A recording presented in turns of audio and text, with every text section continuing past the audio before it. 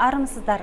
Бүгінгі сабақтың тақырыбы 10-шы зертханалық жұмыс Cisco Packet Tracer бағдарламасын қолдана отырып, жергілікті желіде байланыс орнату.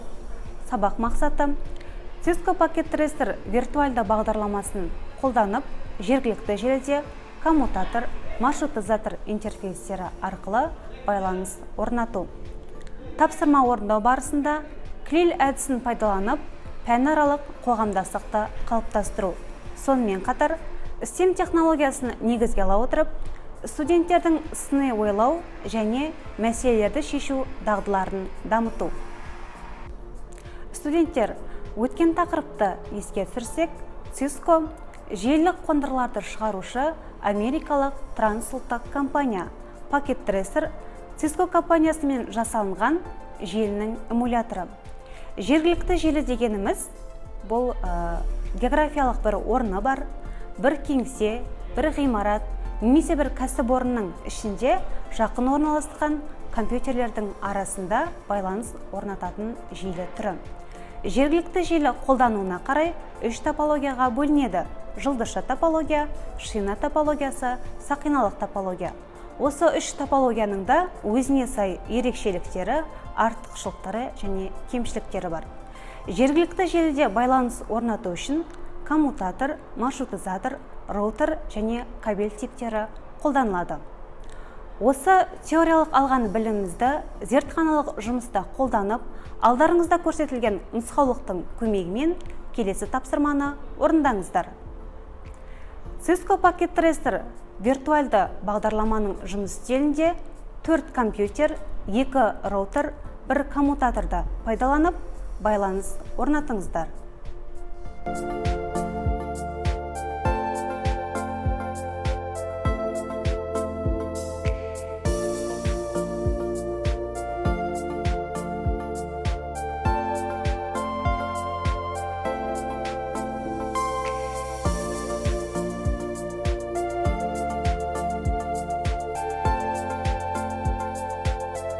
Ильяс, сіз компьютерлерге қандай IP адрес бердіңіз және қалай бердіңіз?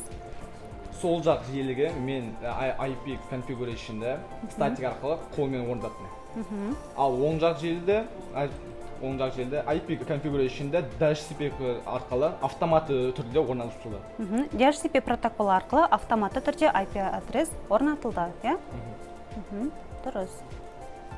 Ерасыл, сізге сұрақ, осы жергілікті желіде байланыс орнатылғанын қалай білдіңіз? Компьютерларға IP адрес беріліп, және оны ping командасымен жүргіздім.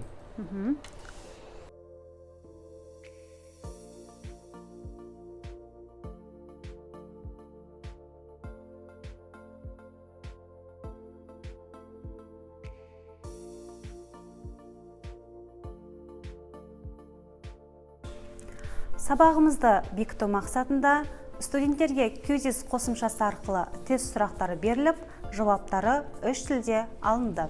Келесі тапсырмамыз Learning Apps бағдарламасында IP адрестерді сәйкестендіру бойынша тапсырма берілді.